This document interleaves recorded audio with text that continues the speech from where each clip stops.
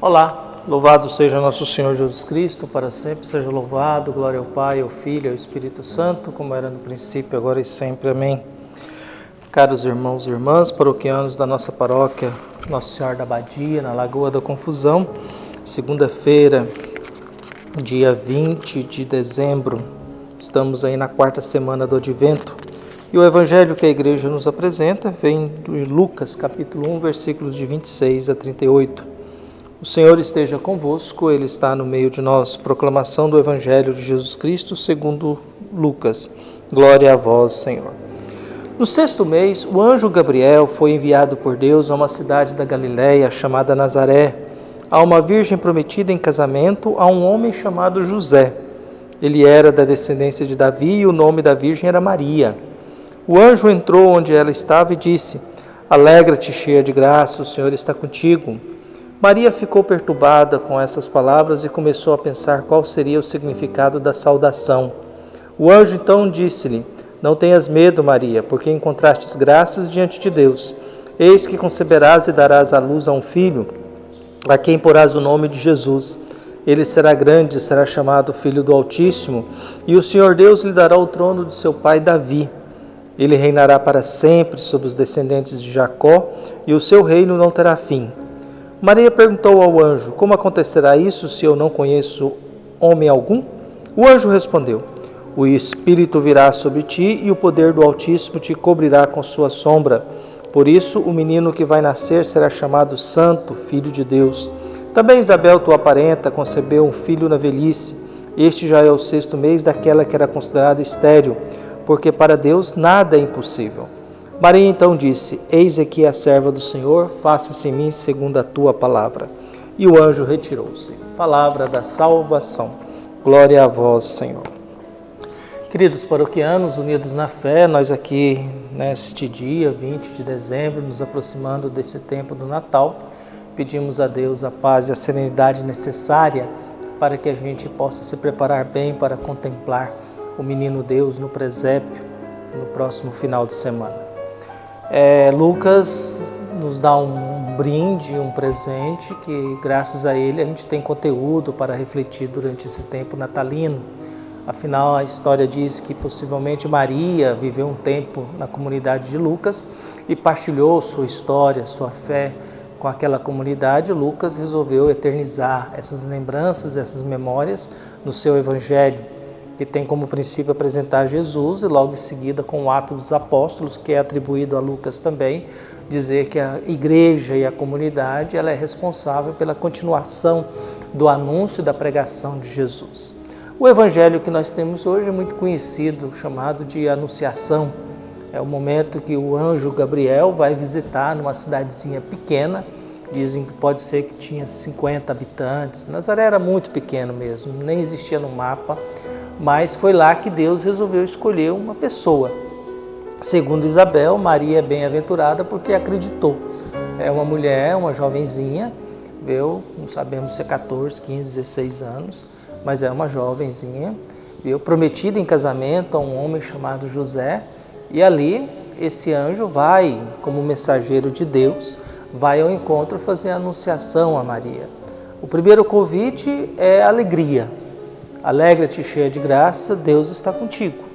Essa consciência de que Deus está com a gente, essa sabedoria, isso nos dá uma alegria. A alegria de saber que Deus está nos aprovando. Maria é convidada a dizer que ela é cheia de graça, que Deus está com ela, por isso convida ela para a alegria.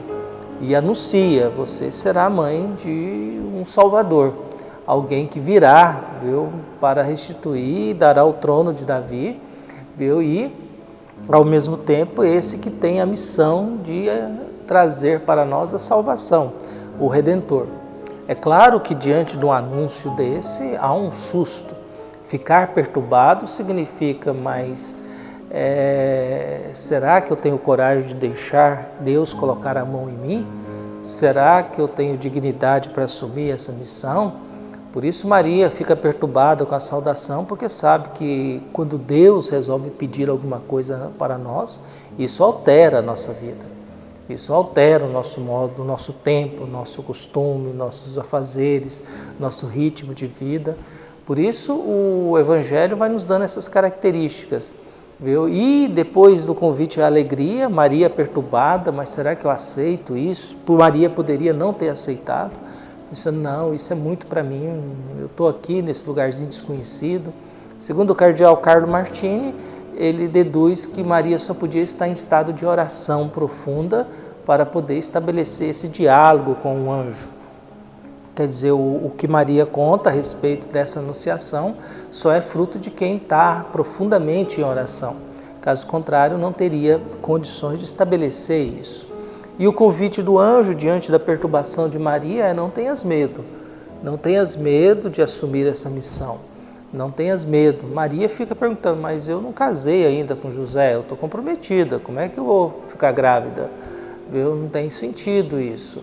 E aí o anjo diz, mas não é obra só da carne, não é obra só humana, não é obra só sua, não é fruto da convivência entre você e José, isso é obra também de Deus.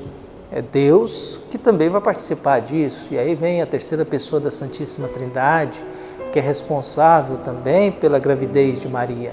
Então nós temos em Jesus essas duas dimensões da existência. O Espírito Santo traz a divindade, traz a Santíssima Trindade, e Maria traz a nossa humanidade. Essa criança que nasce nesse Natal, ela tem essa personalidade, essa junção. Ela é Deus, Jesus é a segunda pessoa da Santíssima Trindade, é Deus, mas também traz dentro de si a nossa carne, o nosso sangue, aquilo que é próprio do humano, do ser humano. Por isso nós estamos diante de uma bênção, de uma graça de Deus. O Espírito Santo é responsável por isso.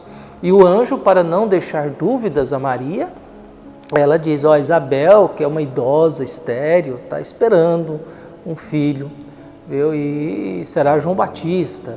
Quer dizer, geralmente no Antigo Testamento, todas as vezes que Deus pede alguma coisa, a pessoa pede um sinal.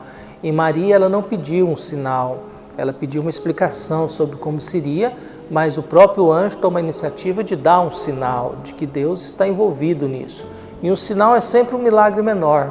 Então nós temos Maria, que será a mãe do Redentor, viu? Mas o anjo antecipa, e Maria não pede, mas ele antecipa, dizendo que Isabel, que é uma mulher humilhada, idosa, estéril, está esperando alguém. Diante desse diálogo profundo, Maria só tem que dizer uma coisa: eis aqui a serva, a escrava do Senhor, faça-se em mim segundo a tua vontade, a tua palavra. Eu sempre digo que essa é uma das frases talvez mais angustiante, mais desafiadora de quem tem fé, viu? De quem tem fé. Eu dizer assim, ter a coragem de dizer para Deus, eu estou totalmente à sua disposição, eu abro mão da minha liberdade, eu abro mão da minha independência, eu abro mão do meu querer ir e voltar, viu? E faça-se em mim segundo o que você quer, o que você deseja, o que você diz. Isso é muito difícil, porque na maioria das vezes a gente não dá conta de dizer isso. A gente não abre mão do nosso querer, a gente não abre mão do nosso desejo. Tanto que quando Deus acontece alguma coisa ruim e Deus não faz do jeito que a gente quer, segundo a nossa vontade, a gente fica com raiva de Deus, a gente entra em crise. Quando a gente deseja algo, pede para Deus, a gente não é atendido segundo a minha vontade, o meu querer, isso nos deixa furiosos. Eu tenho uma grande angústia e um grande sofrimento a respeito dessa frase. Ainda não tenho coragem de dizer, porque eu sou cheio dos meus quereres, né? Sou cheio das minhas vontades, sou cheio das coisas que eu tenho, ainda sou muito apegado a muita coisa, a algumas poucas pessoas ainda, mas a gente reza um dia para a gente ter essa coragem também. Só Deus, eu abro mão do meu querer, vou fazer aquilo que tu queres. Quando a gente diz isso, a gente deixa de lado muita coisa da nossa vida, a gente deixa de lado muitas preocupações. Por isso, quando há alguma mudança, a gente não se esquenta com isso, porque a gente está apegado a Deus mesmo. A gente está apegado à Eucaristia mesmo, a gente está apegado à palavra de Deus mesmo, é isso que nos alimenta. Quando as outras preocupações de coisa, quando a gente chega numa igreja, é muito interessante a gente observar as pessoas e as preocupações que elas têm. Não tem nada a ver com aquilo que é a vontade de Deus, não tem nada a ver com a Bíblia, não tem nada. gente está muito mais preocupado com as coisas e funcionamento, com a estrutura empresarial de uma igreja, do que necessariamente com a espiritualidade e uma reflexão e, ao mesmo tempo, um mundo mais próximo daquilo que é a vontade de Deus. Maria tem essa coragem, eu estou à sua disposição, eu abro mão da minha liberdade. Tá bom, eu aceito, viu? Faça assim, deixa a minha vontade de lado, deixa a minha liberdade de lado e vamos colocar. Maria vai gastar o resto da vida, porque depois vem muita dificuldade, vem muita dor, vem muito sofrimento no decorrer da sua convivência com Jesus. Afinal, ela vai colocar nesse mundo alguém muito maior do que ela. E toda mãe, o filho é sempre menor do que ela, porque toda mãe nunca acha que o filho cresce. E Maria vai sofrer muito porque o filho é maior do que ela. O filho é maior do que todos nós. Jesus Cristo é maior do que esta igreja. Jesus Cristo é maior do que a humanidade inteira. Por isso a minha prece hoje, que Deus possa nos visitar, que Deus nos convide a ter alegria e que Deus esteja conosco, que Deus possa nos encher de graça. E quando a gente ficar perturbado, quando a gente ficar angustiado, com medo, que a gente possa escutar de Deus. Não tenha medo, não tenha receio de fazer aquilo que Deus quer. Não tenha receio de abrir mão da sua liberdade para poder fazer a vontade de Deus. Não tenha medo de abrir mão da sua vontade, da sua liberdade e se colocar nas mãos de Deus, usando e trabalhando para que as coisas aconteçam e sejam da melhor forma possível e no mais próximo possível daquilo que a gente aprende com a Bíblia, daquilo que a gente aprende na oração, daquilo que a gente aprende na Eucaristia. Um abraço e até mais.